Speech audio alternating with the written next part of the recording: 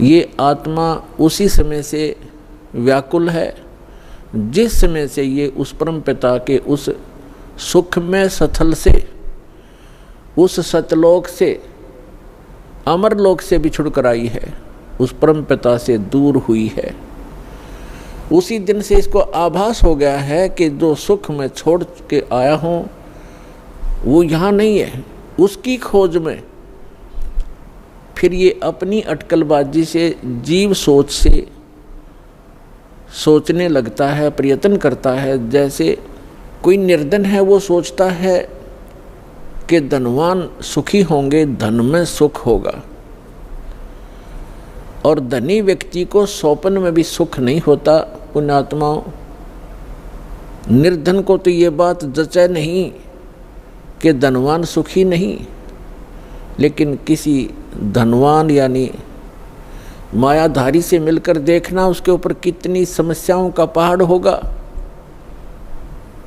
आप सोच भी नहीं सकते। जहाँ माया है वहाँ शीतलता नहीं हो सकती, जहाँ भट्ठी अग्नि की तप रही हो वहाँ शीतलता नहीं हो सकती। ये माया अग्नि की भट्ठी है, इसके निकट बैठकर प्राणी कभी भी शीतलता महसूस नहीं कर सकता। धनी व्यक्ति सोचते हैं कि राजा लोग सुखी होंगे। राजा को सुख स्वप्न में भी नहीं होता। आपको ऐसा लगता है जैसे इसके आगे पीछे बड़ी सेना चलती है, बड़े बड़े अधिकारी सलूट लगा रहे होते हैं, ये महासुखी होगा, कारों में चलते हैं। सपने में भी सुख नहीं है इनको, क्योंकि हमने सुख का पता ही नहीं जो सुख होता है। राजा लोग समझते हैं कि ऊपर के ये देवता लोग सुखी होंगे स्वर्ग आदि में।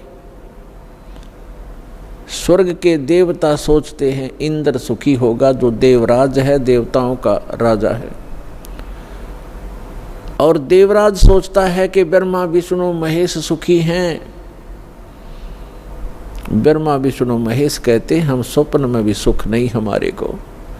आपने भगवान विष्णु की कथा पढ़ी होगी, बहुत बार सुनाई है। देवी भागवत प्रथम स्कंद में खुद स्वीकार करते हैं श्री विष्णु जी, ब्रह्मा जी को बता रहे हैं कि मैं अधिकतर समय में तप करता हूँ और तप से अपने बैटरी चार्ज करके सिद्धियाँ प्राप्त करके फिर राक्षसों के साथ युद्ध करता हूँ। कभी मुश्किल से कोई समय मिलता है तो लक्ष्मी के साथ सुखपूर्वक समय बिता पाता हूँ।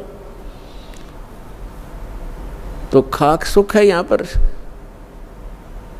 परमात्मा बताते हैं झूठे सुख को सुख कहे, ये मान रया मन मोद, सकल चबी न काल का, कुछ मुख में कुछ गोद।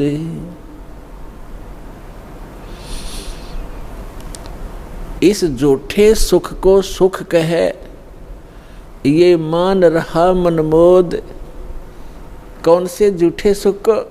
एक व्यक्ति बता रहा था कि मेरे एक कन्या ने जन्म लिया, जन्म से उस कन्या के गुदा स्थान नहीं था। इसको देखकर मेरे ऊपर पहाड़ टूट गया समस्या का। महा दुखी हो गया मैं। डॉक्टर के यहाँ लेकर गया मेडिकल में।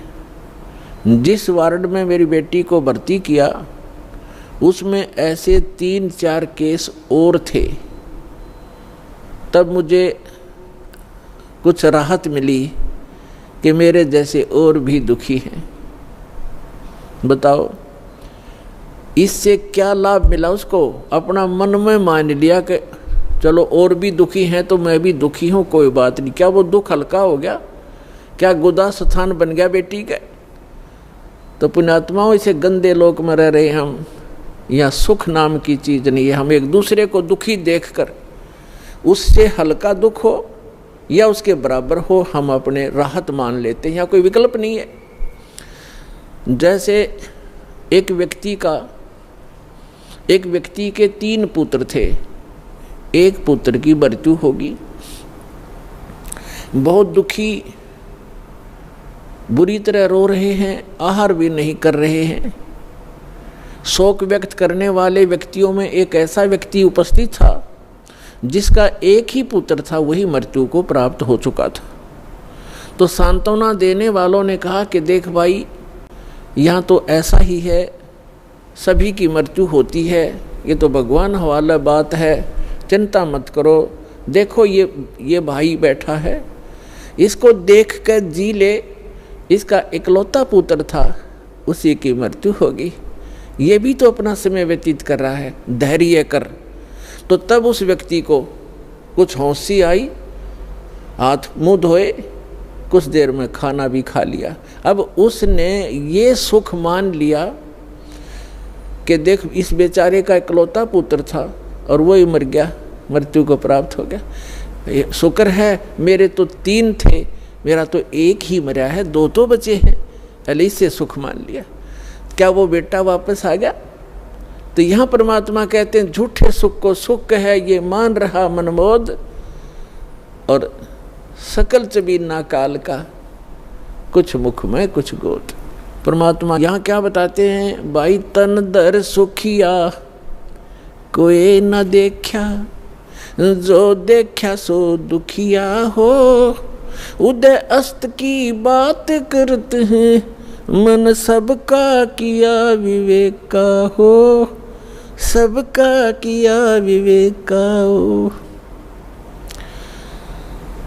भाई घाटे बाधे सब जग दुखिया, के गृहस्थी बैरागी हो, लाभ हानि से सब कोई दुखिया, के गृहस्थी बैरागी हो, सुख देव ने दुख के डर से, गर्भ में माया त्यागी हो, गर्भ में माया त्यागी हो, तंदर सुखिया कोई न देखा, जो देखा सो दुखिया हो, उदय अस्त की बात करते हैं, मन सबका किया विवेक का हो, सबका किया विवेक का हो।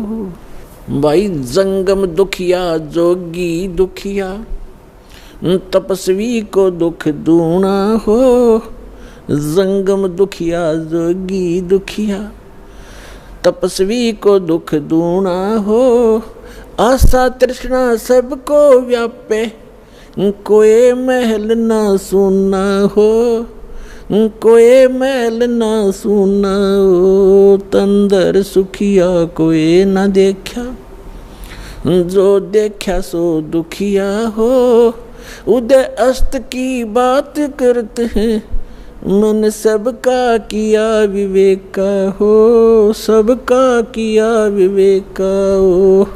भाई साच कहूँ तो जग ना माने, पर झूठ कही ना जाई हो, साच कहूँ तो ये जग ना माने, पर झूठ कही ना जाई हो, ये ब्रह्मा विष्णु शिव जी दुखिया, जिन ये राह चलाई हो, जिन ये राह चलाई हो, तंदर सुखिया कोई न देखा, जो देखा सो दुखिया हो, उदय अस्त की बात करते हैं, मन सबका किया विवेक का हो, सबका किया विवेक का हो। सुरपति दुखिया भूपति दुखिया, रंग दुखी बपरीती हो, सुरपति दुखिया भूपति दुखिया, रंग दुखी बपरीती हो, कहें कबीर और सब दुखिया, एक संत सुखी मन जीती हो, संत सुखी मन जीती हो, तंदर सुखिया कोई न देखा, जो देखा सो दुखिया हो, उदय अस्त की बात करते हैं, मन सबका किया विवेक का हो, सबका किया विवेक का हो। सुरपति दुखिया भूपति दुखिया, रंग दुखी बपरीती हो, सुरपति दुखिया भूपति दुखिया, रंग दुखी बपरीती हो,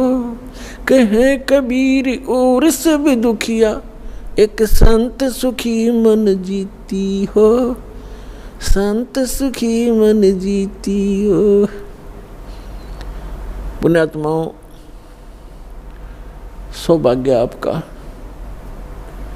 आप जी को ये यथार्थ ज्ञान अमृत वचन सुनने को मिले, सौभाग्य प्राप्त हुआ आपको। भक्ति मुक्ति के दाता सतगुरु ये भटकत प्राण फिरंदा, उस साहिब के हुक्म बिना नी तरवर पात हिलंदा। उस परमात्मा कबीर भगवान की, अल्लाह अकबर की, उस महान परमेश्वर की आपके ऊपर असीम रजा है और आप युगों युगों के बहुत पुण्यकर्मी प्राणी हो, जो ऐसे भाग दौड़ के जीवन से समय निकाल कर यहाँ परमात्मा के दरबार में पहुँच पाते हो। उस परमात्मा की रजा बिना आप यहाँ नहीं आ सकते, आप ये ज्ञान भी नहीं सुन सकते, आप तक ये पहुँच भी नहीं सकता। इस ज्ञान को आप तक पहुँचाने के लिए परमात्मा ने 600 वर्ष पहले प्रयत्न किए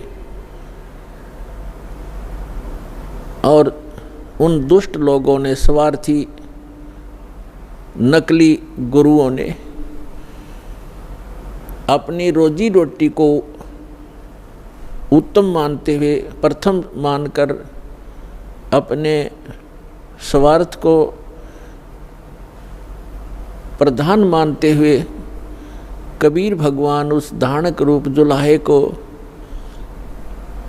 बहुत परेशान किया और यथार्थ ज्ञान को हमारे तक, आप तक नहीं पहुंचने दिया।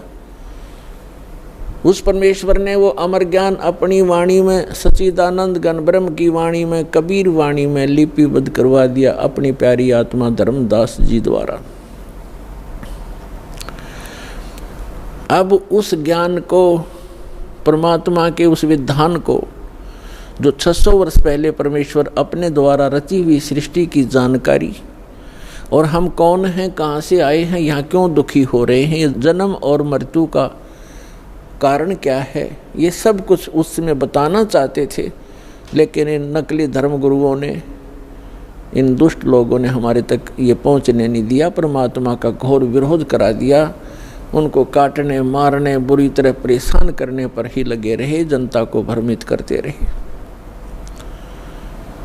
उस परमेश्वर ने कहा था कि जब 5500 वर्ष कलयुग बीत जाएगा, उस समय सभी अपनी प्यारी आत्माओं को शिक्षित करूंगा, पूरे मानव समाज को,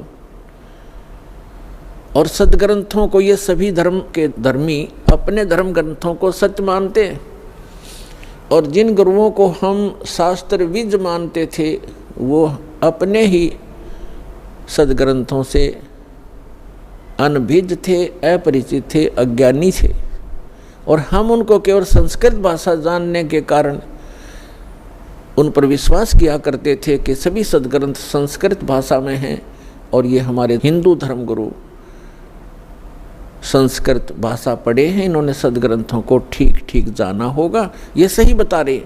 और उनकी एक दाल गलती रही उस समय कि कबीर जुलाहा है, धानक है, और उस समय संस्कृत पढ़ने का अधिकार केवल ब्राह्मण वर्ग को ही था।